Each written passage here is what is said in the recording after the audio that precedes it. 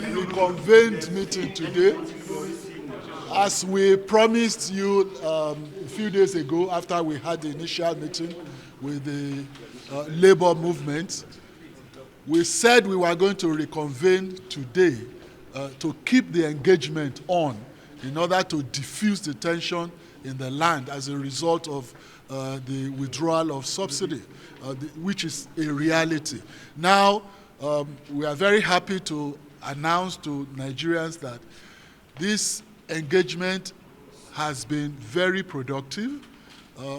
The TUC that attended today's meeting presented a list of demands, and those demands we have studied and we are going to present to Mr. President for his consideration. But those demands, we can announce to Nigerians that a lot of the items on the list are not impracticable.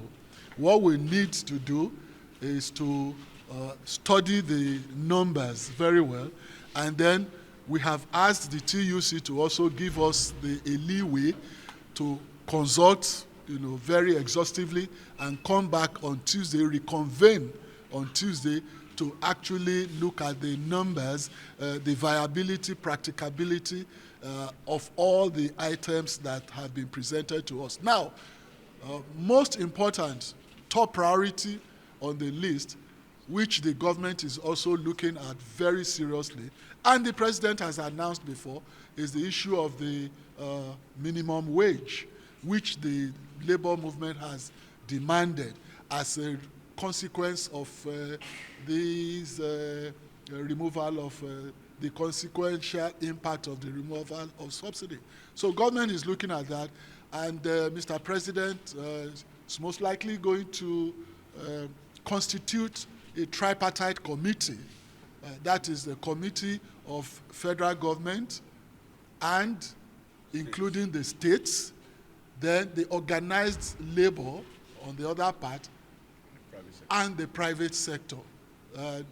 Now, this is a tripartite arrangement. It will be a committee that will study all the dynamics of a wage increase, the percentages, the numbers, and the categories that will be affected. So by Tuesday, when we come back to reconvene and meet with the TUC again, the labor movement, we should have very concrete items to present to the world. But the most important thing for today is that we are making appreciable progress with the labor. Thank you very much. What are the other demands beyond? What other demands did they put on the table beyond the minimum wage, sir? Oh, it's a list, but we are not going to be listing all of those things. Now, we are not going to. The most important is the minimum wage. That is increase of minimum wage. Because when this thing is removed, the argument of labor is that there is an immediate impact on the workers, on the purchasing power, because price of fuel has gone up. So that would necessarily reduce the purchasing power of the average worker. So the next thing of immediate consequence is to increase the purchasing power of the worker. And so that, to me, and to all of us on this side, is a topmost priority on the list. There are other things like the tax holidays, which will be, some categories of workers will be beneficiaries, but those are all, the most important is the minimum wage. NLC are not clear, sir. Are you negotiating separately with them? No, we are not, but we are making efforts to reach NLC. We all agreed that we were going to meet here, but again, in this game, there are dynamics. Sometimes they could be meeting with their own executive and not able to meet with us, or they could want to postpone, or they have not actually articulated their own list of demands as the TUC. But we cannot second guess why they're not here. But efforts are being made to reach them. We are not isolating them at all. We are going to meet Mr. President now. We are going to give him a feedback on this, and he's going to take an immediate decision. And like I said, Mr. President himself, you all reported, he has said that there will be a review of the minimum wage. You all reported it. So we are not in disagreement. There is no disagreement at all with labor on that particular issue. One of the president's spokesmen, No, not at all. it has no relevance to the discussion on the concrete terms of the welfare of workers. Our discussion was majorly on the welfare of workers, how to cushion the impact of this subsidy removal on workers. That's all, not on any political partisanship. The issue of strikes, so that we can properly represent the government. Who should we say is leading the government in this conversation? Of course, you can see all of us here. You can see the GCEO of NNPC. You can see some of us who have been mandated by the president. And don't forget that a presidential system of government is executive in capacity. The president can appoint anybody. He can even appoint consultants to act on his behalf. So there is no issue about that. It is not actually germane.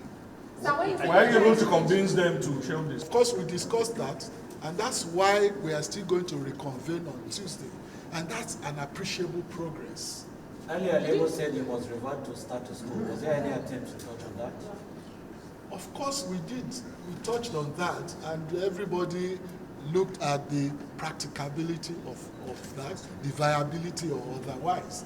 Now, the issue is that we will close all of those ones on Tuesday when we reconvene. Concrete decisions will be taken about that, and then we'll reach logical conclusions.